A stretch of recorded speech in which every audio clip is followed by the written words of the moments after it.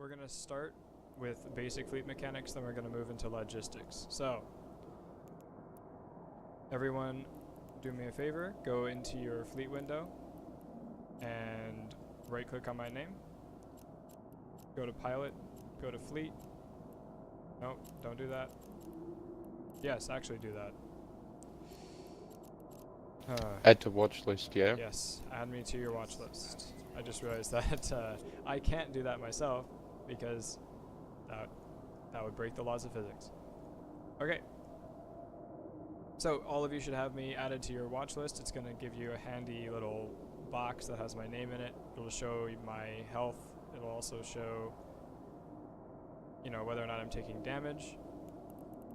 So Andre, you're going to be the bad guy here. Can you quickly dock up and undock in something that can do damage? Yep. Standing. We're gonna shoot at Andre. Cool. We aren't going to be shooting at anything. You're going to be saving each other from Andre's wrath. You're So- sure we can't so- shoot at Andre? I'm asking you to refrain from destroying Andre for now. So, basic fleet principle that is going to be vital to making sure that we can move around a grid properly is anchoring. So what that's going to be for right now is it's going to be my command, anchor on me. What you're going to want to do then is you're going to want to go to my name in the watch list and approach me using it. Everyone should be approaching me.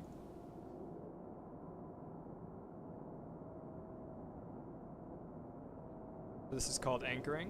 What this does is you don't have to think about moving. You can focus on your task, and my job is to make sure that everyone is where they need to be on grid. Plus it just looks extra majestic when we are all moving together.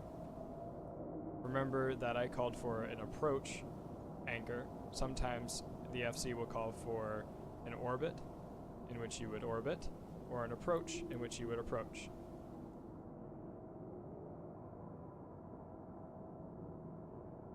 Now, for another chunk of fleet vocabulary, there is this beautiful thing called a propulsion module, which can either be a micro-warp drive or an afterburner, or a few other things, but for right now we're going to focus on the less exotic. So, everyone, when I call prop mods on, you're going to turn on your afterburner. So go ahead, prop mods on. Everyone's afterburner should now be on. That's going to make us move extra fast and let us get through the grid more expediently. Superb. Oh, that looks great.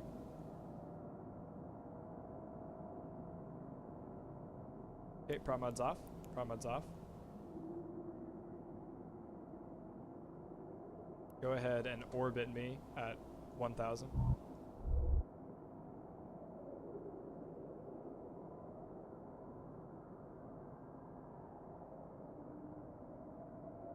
So we're going to acquaint ourselves with the broadcast system, fleet history, all that. So go ahead, click on fleet history. It's going to be history. It's really intuitive there. That's going to give you all kinds of important information when it comes to staying alive in the fleet.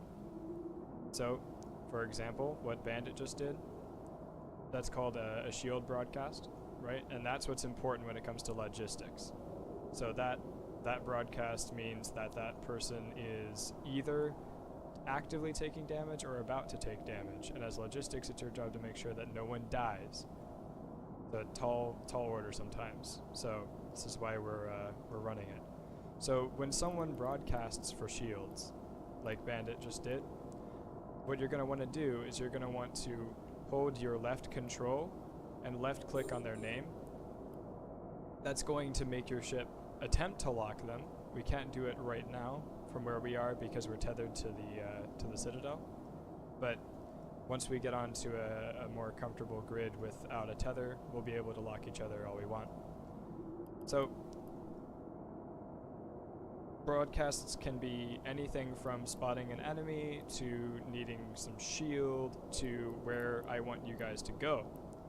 So right now, I would like everybody to go ahead and align to the station, which just showed up in your broadcast history. So everyone should go ahead and align out to that location.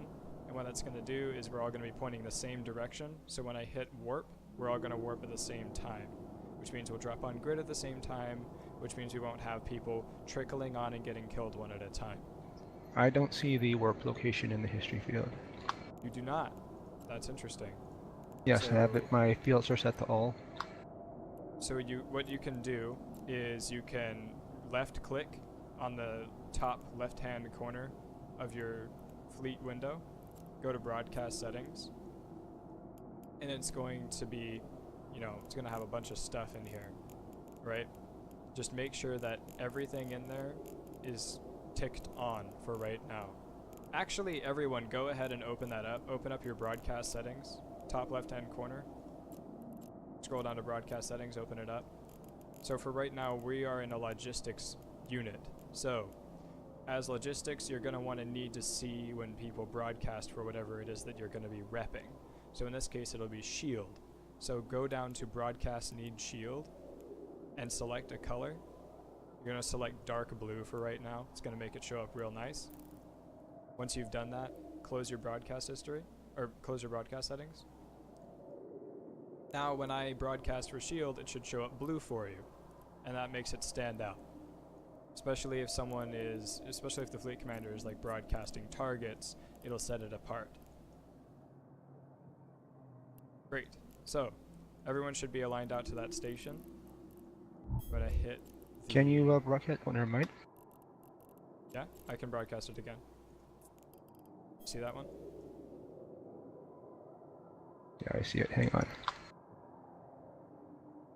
Have you tried turning it off and on? No, I see it now. Awesome. Great. So I'm going to squad warp us. Warp drive active. As soon as you land, anchor on me, approach, anchor on me, prop mods on as soon as you land.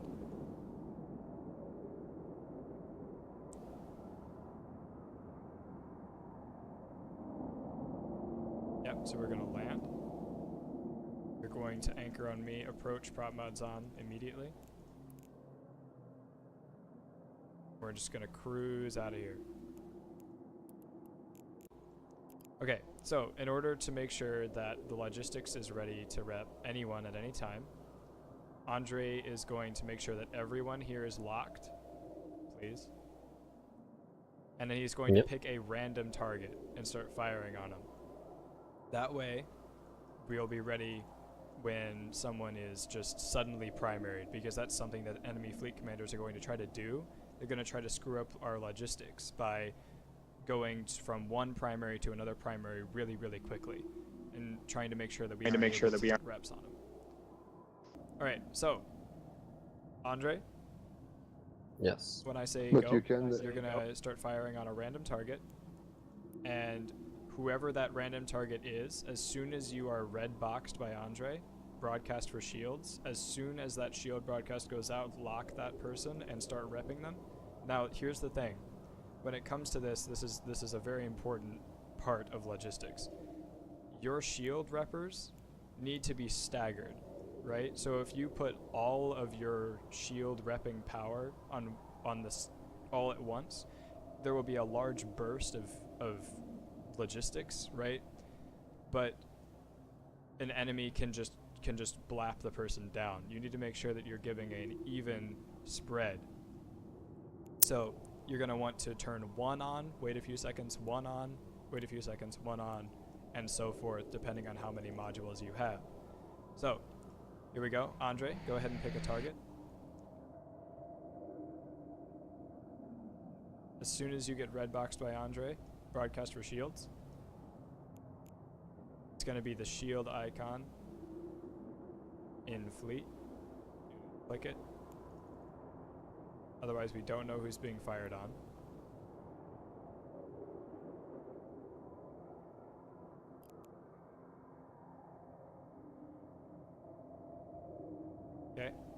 Good.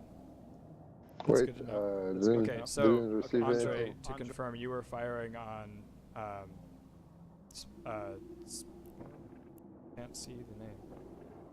Spartacus? Yeah, but- you were firing on Spartacus. Yeah, but I have nothing on my history. There it is. Okay, now it is. Perfect. So, Eric, or not Eric, what the heck? Spartacus, that response right there needs to go down immediately as soon as you're red boxed. Otherwise, if Andre was trying to kill you there, you would have been killed without us being able to do anything about it. Okay, so everyone go ahead, unlock everything. Andre, please don't unlock anything. I know it takes you 14 years to lock a frigate. So, stand by on it. Everyone's modules should be off. There you go. Oh, did he do it? Everyone needs to lock. Go 1. Wait a few seconds. Wait a few seconds. Okay, Everyone but should have why their do we- Rex on the target. Why do we wait, and how do we know if we need to put another mod on, or if we should keep it for another someone else? Okay, everyone turn all of your modules off. So, you may have noticed right there that when you turned all of your modules on at the same time, or not even at the same time, even if you staggered your reps, your capacitor was hemorrhaging, right? So, and that's a really good point. These ships aren't made to be able to continually dole out reps into eternity. There just simply isn't enough cap. So you need to know just how much is necessary for the individual and not over rep them. Otherwise your capacitor won't be able to survive. Yeah, exactly. So the question is, how do we know? Right. So you're going to want to know based on how quickly the person is going down. So let's say Andre's hitting me for like 600 a tick. You're going to want to put everything you got on him, right? But if I'm only getting hit for like, say, 100, you only need to put one of your modules on me, okay? You got to stay on top of those broadcasts. Stay on top of the broadcast.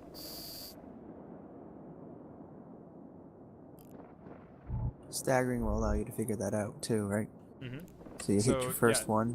Yeah, you turn then on you your get first a one, minute. and if they go red really, really quickly, you turn on your second one. They go red again really, really quickly, so on and so forth. Make sure that you unlock the target when you're finished repping them, when Andre picks a new target. That way we keep this mixed up. Great.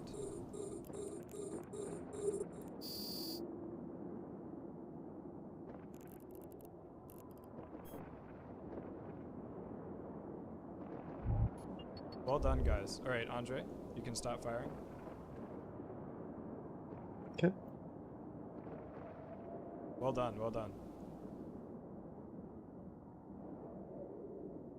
Okay, and I mean, that's the gist of it, but I'm sure, because I'm not a perfect individual, I missed something important, so Andre or Isaac or any of the other professionals here, feel free to add anything you think that anyone listening to this recording in the future, etc., should know when it comes to logistics that I didn't cover.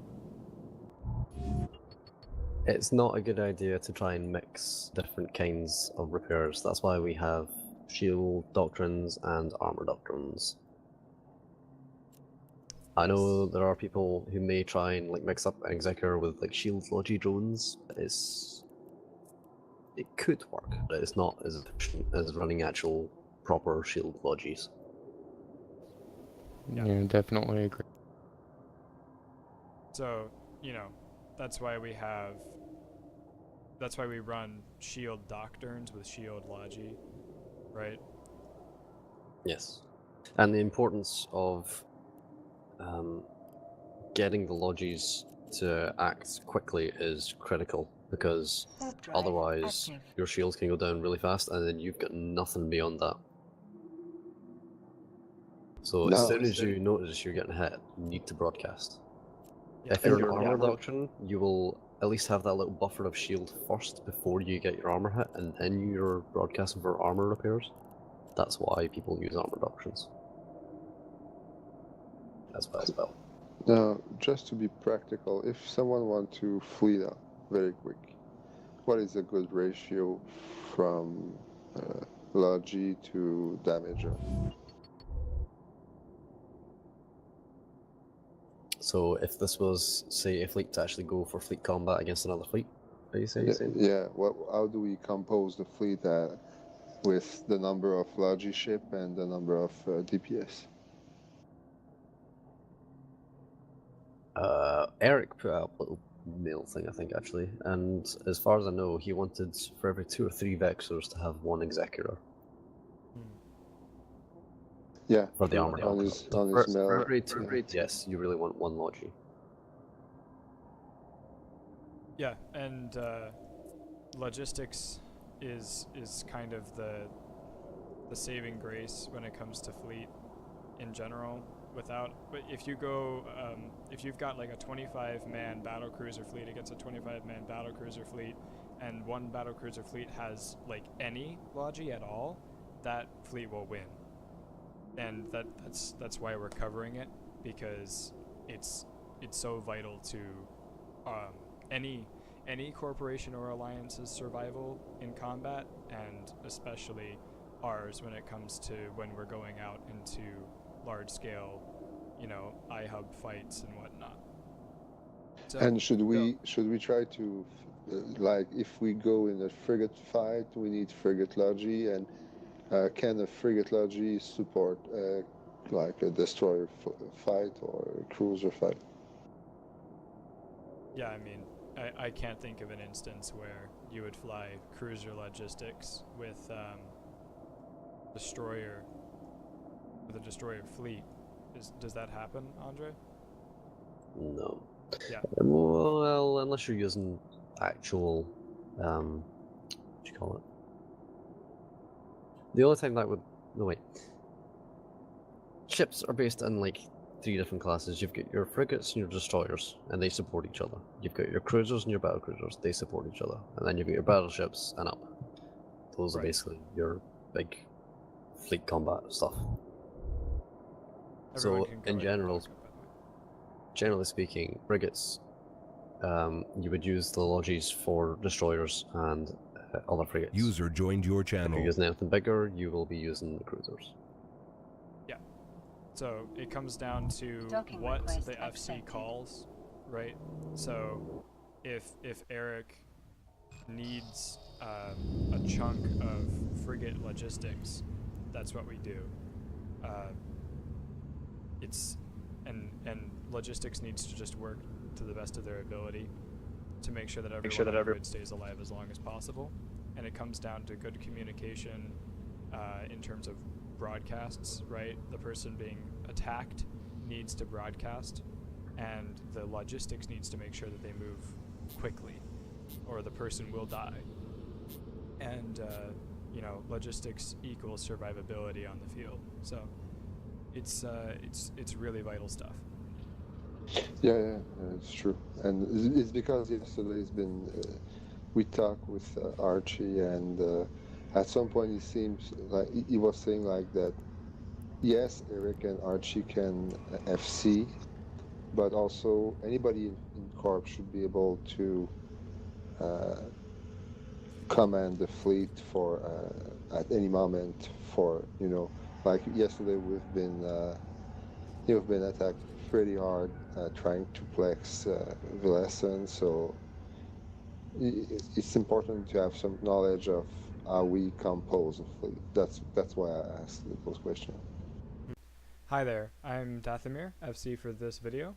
Thanks so much for watching this installment of Cloaked Goof Combat Training. If you have any questions, feel free to hit me or any of the other senior FCs up on Discord or TeamSpeak.